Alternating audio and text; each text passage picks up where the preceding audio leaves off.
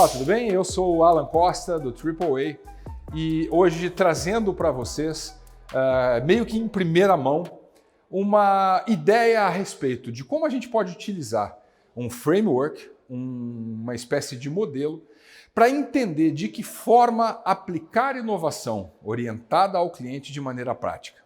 A gente tem visto o tempo todo na internet, nas livrarias, publicações que tratam de aspectos ligados a como gerar inovação dentro das empresas. Mas se você nos acompanha no AAA, você sabe que eu sou da opinião de que essa história toda, todo esse hype de inovação, está muito parecido com sexo na adolescência. Todo mundo está falando, mas muito pouca gente está fazendo de verdade.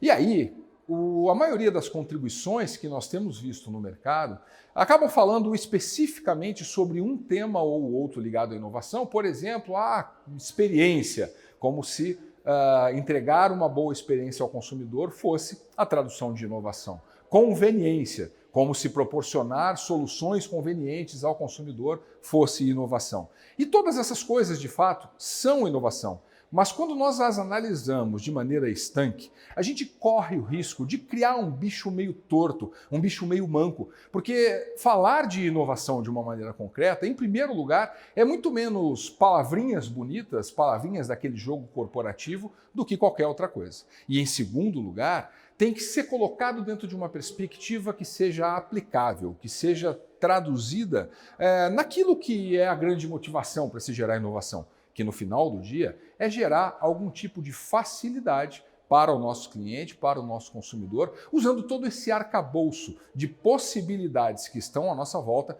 para que isso possa acontecer. Aqui nesse framework, eu tentei sintetizar de uma maneira fácil, de uma maneira visual, aquilo que eu tenho percebido que é o que tem ajudado as empresas que estão conseguindo obter resultados dentro desse jogo de inovação, de uma maneira que seja muito fácil de entender, de uma maneira que você possa utilizar essa referência, essa espécie de mandala, para que você possa fazer, quem sabe, um checklist das coisas com as quais você tem que se preocupar quando você estiver pensando em gerar algum tipo de inovação na sua empresa, no seu processo, na sua equipe, ou seja lá aonde você estiver precisando gerar algum tipo de transformação. Esse modelo ele é estruturado em torno de 3 grandes eixos, tendo, como eu expliquei antes, o cliente no centro. Por que o cliente no centro? Porque eu já disse isso, né? A gente tem falado de inovação por um monte de razões, porque está na moda, porque é legal.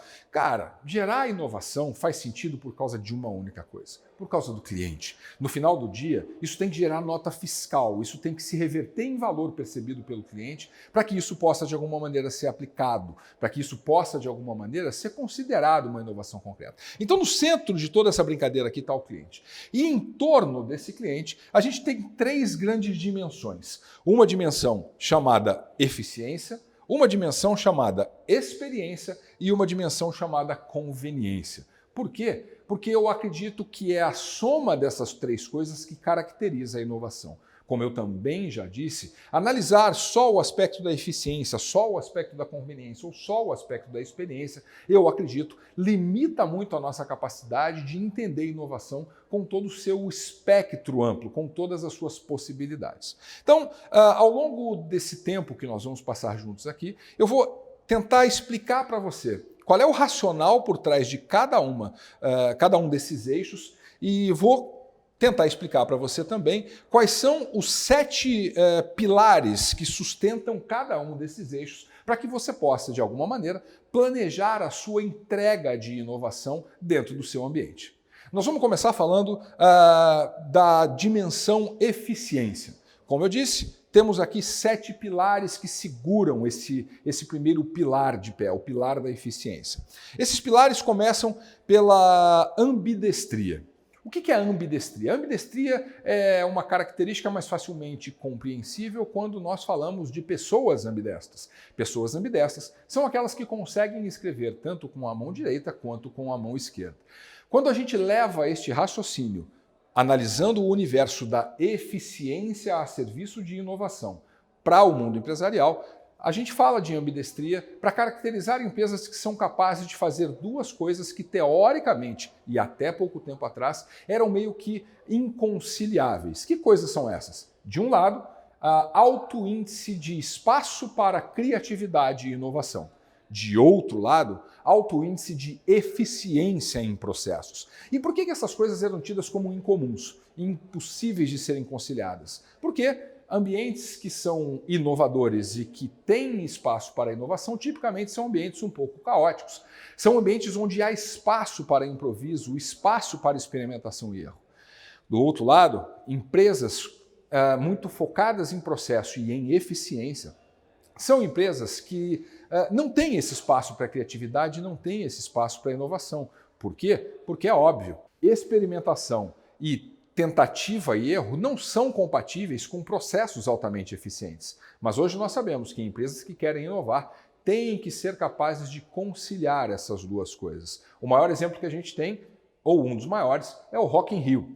Rock in Rio foi realizado no Brasil há poucas semanas. Nós, você sabe disso, publicamos um livro contando a história do Rock in Rio do ponto de vista do seu modelo de negócio. E o que a gente descobriu foi uma ambidestralidade impressionante dentro do Rock in Rio. Porque imagine você o nível de criatividade que os produtores, os criadores do Rock in Rio têm que ter para criar um festival que recebe 100, 110 mil pessoas todas as noites com uma série de atrações incríveis que já extrapolou em muito o conceito da música. Mas, ao mesmo tempo, imagina o nível de profissionalismo, o nível de sofisticação nos processos necessários para se construir uma cidade do rock capaz de receber essas 100 mil pessoas. E o Rock in Rio consegue fazer isso com maestria. Então, o primeiro desses pilares aqui na dimensão de eficiência é que a gente tem que desenvolver a capacidade de ter uma empresa ambidestra. O segundo desses pilares é mentalidade digital. O que eu quero dizer com isso? A gente está vendo muita gente querendo inovar em processos analógicos, transformando o analógico em digital pela adoção de alguma tecnologia,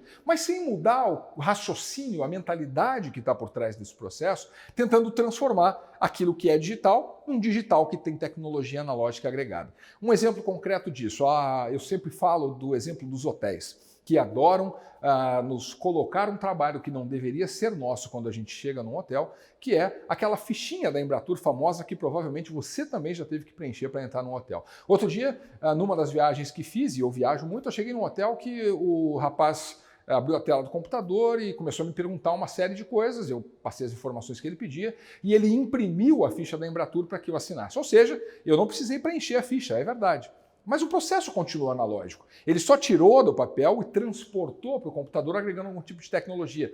Não é disso que a gente está falando quando a gente está falando de inovação. Inovação, de fato, seria mudar essa mentalidade analógica no caso do hotel, para que, por exemplo, eu pudesse fazer um check-in social e capturar dados de alguma rede social minha, sem que eu tivesse que preencher formulários ou assinar as coisas. Então, o segundo desses pilares é a mentalidade digital.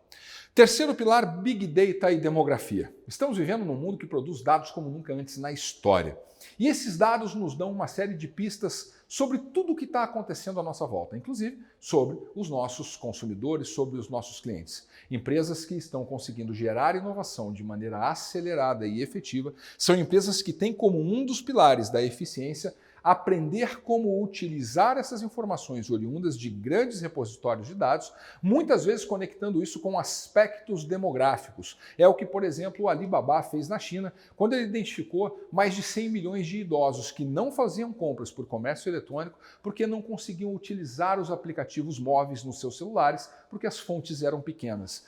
Juntando essa informação demográfica da quantidade de idosos na China com a realidade de que havia uma possibilidade de incluir esses idosos no processo de comércio eletrônico, eles simplesmente criaram um aplicativo que tem letras grandes. E dessa forma, eles incluíram no comércio eletrônico milhões de chineses que não poderiam fazer isso de outra maneira.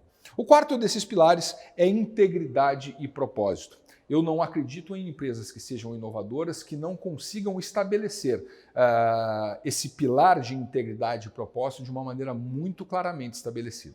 Por quê? Porque a gente sempre fala isso no AAA. Inovação depende muito menos de tecnologia e depende muito mais de pessoas. E essas pessoas, para que componham um time capaz de gerar inovação em qualquer ambiente, precisam estar conectadas a um propósito maior, precisam perceber que fazem parte de um propósito mais amplo, que estão conectados com algo que é muito maior do que apenas criar um negócio para ganhar dinheiro, para que elas possam dar o seu melhor. E é a partir daí que a gente começa a gerar inovação.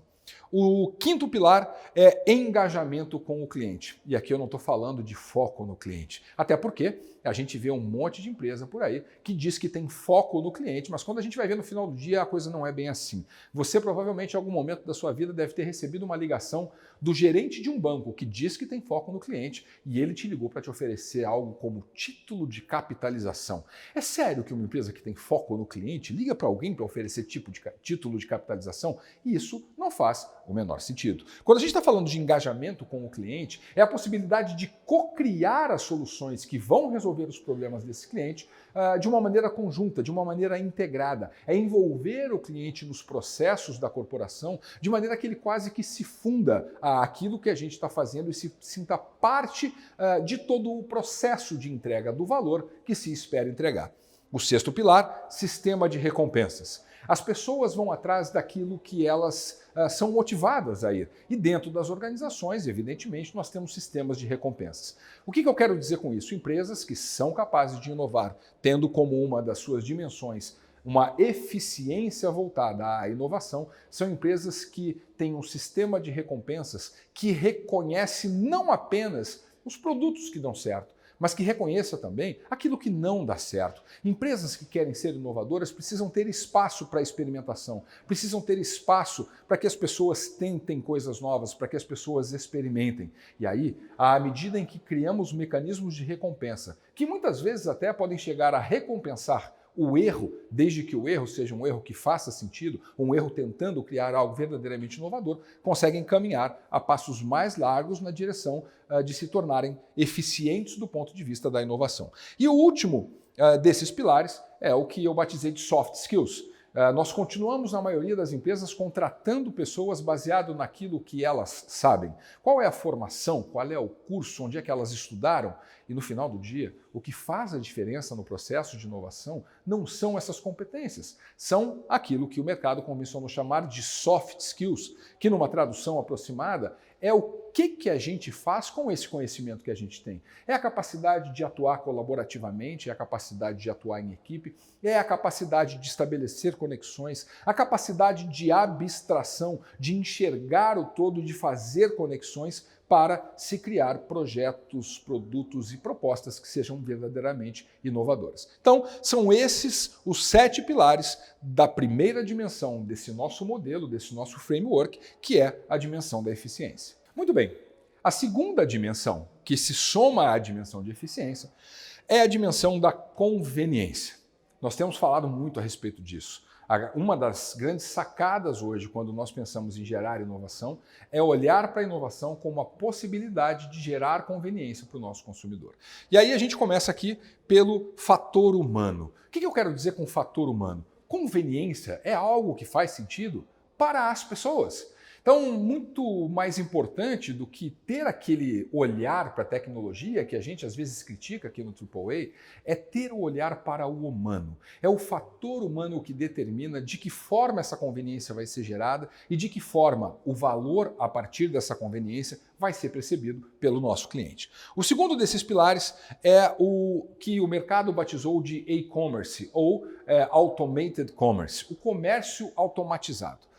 Por que isso gera conveniência? É simples. Vamos imaginar coisas, por exemplo, como o que a startup Freda está fazendo para gerar conveniência para os seus consumidores e para os seus clientes. No caso, para as suas consumidoras e para as suas clientes. O Freda é uma plataforma na internet onde mulheres podem se cadastrar e informar alguns dados a respeito de si para o Freda. A partir dessas informações, baseado num algoritmo de inteligência artificial, o Freda começa a aprender como funciona o corpo dessas mulheres com o intuito de identificar e diagnosticar de uma maneira precisa como funciona o ciclo menstrual de cada uma das suas mulheres que são clientes. Por que ele faz isso? Simples, para oferecer conveniência. O objetivo é que todas as mulheres clientes do Freda, 3 dias antes do início do ciclo menstrual, recebam na sua casa o kit necessário para passar pelo período menstrual. Com absorventes, tampões, chocolate, se for o caso, uma arma para matar alguém, não importa. Aquilo que a mulher precisa para que ela passe por aquele período vai ser entregue na casa dela com 3 dias de antecedência, exatamente antes de começar o ciclo menstrual. De uma maneira completamente automatizada, sem que ninguém tenha que fazer nada. Isso oferece conveniência para o cliente e a gente está cheio de oportunidades desse tipo à nossa volta. O terceiro desses pilares é o M-Commerce. Depois do E-Commerce, que é o Automated Commerce, nós vamos para o M-Commerce, comércio móvel. Não dá para a gente imaginar conveniência sem que a possibilidade de consumo esteja no celular dos nossos clientes. Nós todos sabemos disso a partir da nossa própria perspectiva. A maior parte daquilo que consumimos, a maior parte daquilo que fazemos através do nosso celular. Portanto, a gente tem que pensar em estratégias para que esse ciclo de inovação possa ser bem sucedido, de entregar o valor que nós esperamos criar através de plataformas móveis. O quarto desses pilares é o trabalho a ser feito, que é uma tradução livre do inglês job to be done. Esse é um conceito que não fui eu que criei, é claro. Esse é um conceito que vem de Clayton Christensen, o pai da inovação disruptiva e um dos autores mais relevantes do mundo na área de inovação. O que o Clayton afirma é que todas as empresas, todos os clientes, sejam eles empresas ou pessoas, eles têm uma série de jobs to be done, ou de trabalhos a serem feitos. Segundo ele, o segredo das empresas inovadoras é buscar formas de gerar conveniência identificando esses jobs to be done, que muitas vezes não são percebidos nem mesmo pelos próprios clientes. O que o Clayton afirma é que toda empresa, todo consumidor, das duas uma, ou ele tem um job to be done, um trabalho a ser feito, que está sendo feito por alguém, mas que talvez não esteja entregando uma percepção de valor tão clara, ou muitas vezes existem trabalhos a serem feitos que não são terceirizados para ninguém, que são feitos pela própria empresa e pelo próprio consumidor, mas não porque eles desejem, mas simplesmente porque eles não encontram ninguém que faça isso por eles. Aí está uma grande oportunidade de se gerar inovação com um olhar de conveniência. O quinto desses pilares é o que eu batizei de time saver, na falta de uma expressão melhor, mas que se a gente traduzir para o português, é algo como empresas que são capazes de poupar o tempo dos seus clientes. O maior ativo que qualquer um de nós tem, que eu tenho, que você que está me assistindo tem, é um negócio chamado tempo. E eu gosto muito de falar disso porque tempo, se você parar para pensar, é o recurso mais democraticamente distribuído. O dia de todo mundo no planeta tem 24 horas e algumas pessoas fazem milagre com essas 24 horas, enquanto outras não são capazes de fazer tantas coisas assim. Mas se tempo é o recurso mais democraticamente distribuído, se o dia de todo mundo tem 24 horas, a grande sensação de conveniência que você pode proporcionar para o seu cliente, para o seu consumidor, é dar a ele a sensação de que você está poupando o tempo dele. Eu gosto muito de um exemplo que tem aqui no aeroporto de Curitiba, onde fica a sede, a matriz do AAA, que é uma empresa que criou no aeroporto de Curitiba uma espécie de fast track para a fila do raio-x.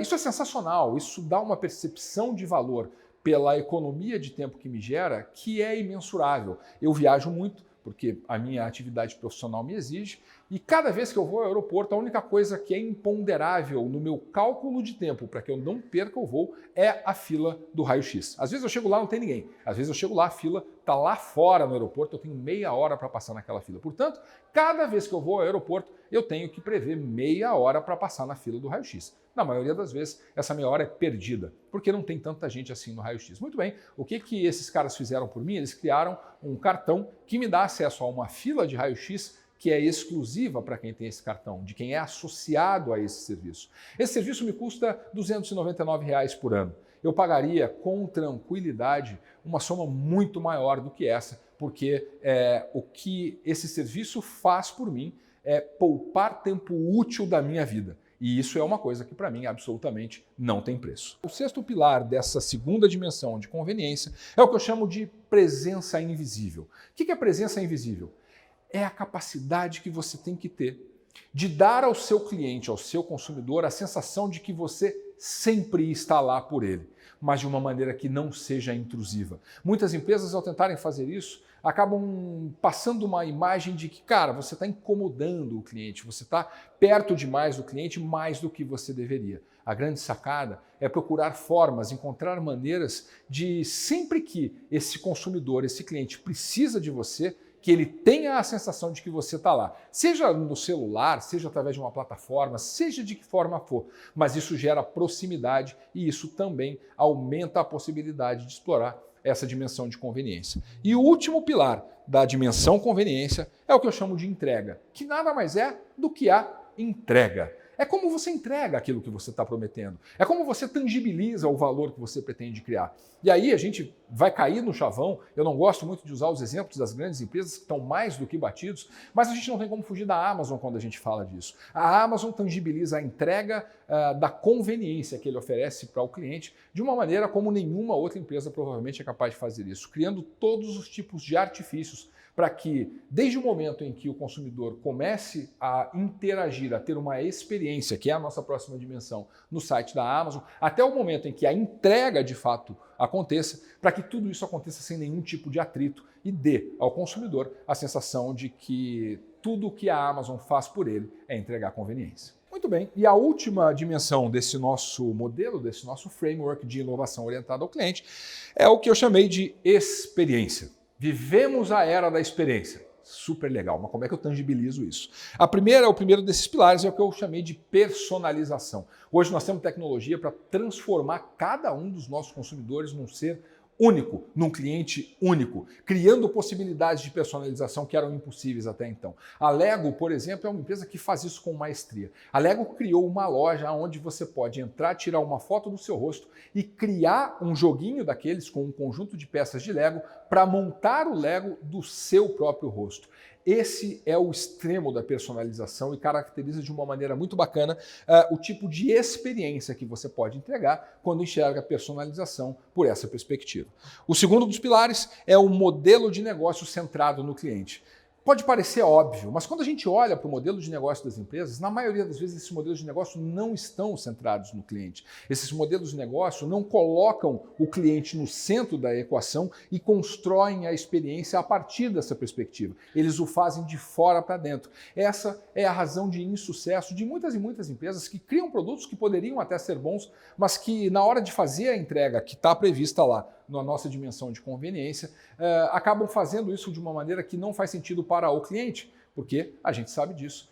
Quem manda nessa história toda, tudo que a gente faz de inovação só faz sentido por causa desse carinha chamado cliente. Terceiro desses pilares, jornada do cliente. Isso se conecta, evidentemente, com os modelos de negócio centrados no cliente, porque quando a gente fala de jornada do cliente, a gente está falando de mapear qual é o processo, qual é a jornada desse cliente para consumir o que quer que ele consuma da gente.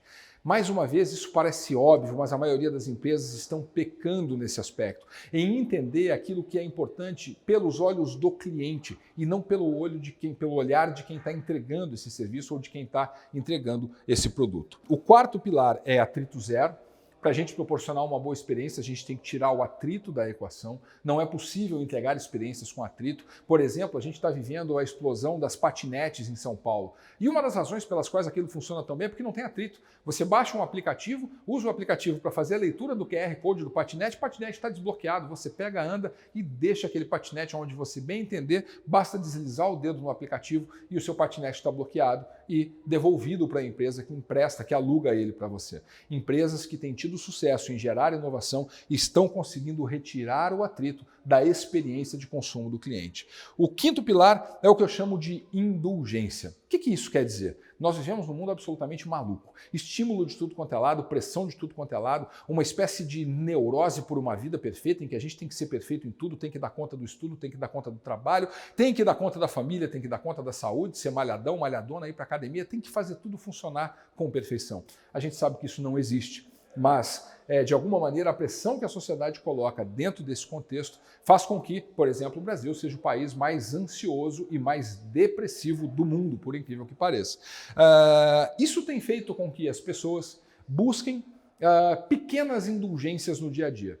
Isso é uma espécie de mecanismo de compensação. De um lado, eu estou atribulado, eu estou pressionado, eu estou estressado, e justamente por isso eu tenho direito a pequenas indulgências. E indulgências se relacionam diretamente com experiência. As pessoas buscam experiências que tragam para elas a sensação de prazer, a sensação de felicidade, que muitas vezes está sendo perdida nessa pressão do cotidiano.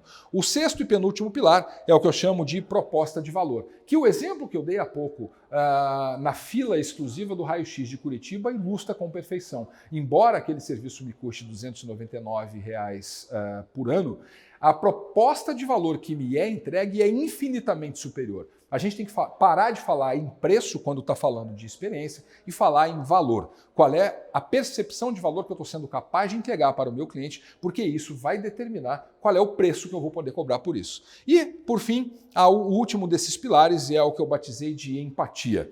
Nada mais do que se colocar no lugar do outro. A gente fala de inovação e aí a gente começa com aquele palavreado todo, inteligência artificial, a gente fala de drones, a gente fala de machine learning, a gente fala de um caminhão de coisas. E aí, quando a gente olha para o mundo real, a gente vê que a empresa que ganhou um dos prêmios mais importantes da Europa do ano passado de inovação foi uma empresa chamada Tesco, que é uma rede de supermercados britânica, cuja grande inovação criada foi uma fila de check-out lento. Para pessoas que não querem passar com aquela pressa, com aquele estresse, para pessoas que têm algum tipo de deficiência motora, para pessoas que são idosas, pessoas que não escutam bem, um caixa com atendentes treinados para lidar com essas pessoas, para que elas possam ter o direito, e isso é um direito delas efetivamente, de não viver nessa correria e escolher passar devagar por aquele caixa. Qual é a grande inovação?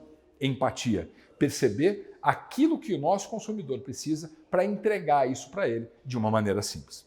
Eu espero que vocês tenham conseguido perceber nesses poucos minutos a aplicabilidade que eu imagino que esse framework pode ter para você. A minha proposta é que, a partir desse conjunto de pilares agrupados nessas 3 dimensões, você possa analisar as suas iniciativas de inovação e possa identificar aspectos presentes dentro desse modelo, dentro desse framework, que estão sendo contemplados. E aqueles que eventualmente não estejam sendo contemplados, que eles possam servir de inspiração para você ampliar a tua visão sobre os seus processos de inovação para aumentar a sua possibilidade de ter sucesso. Um grande abraço e até a próxima.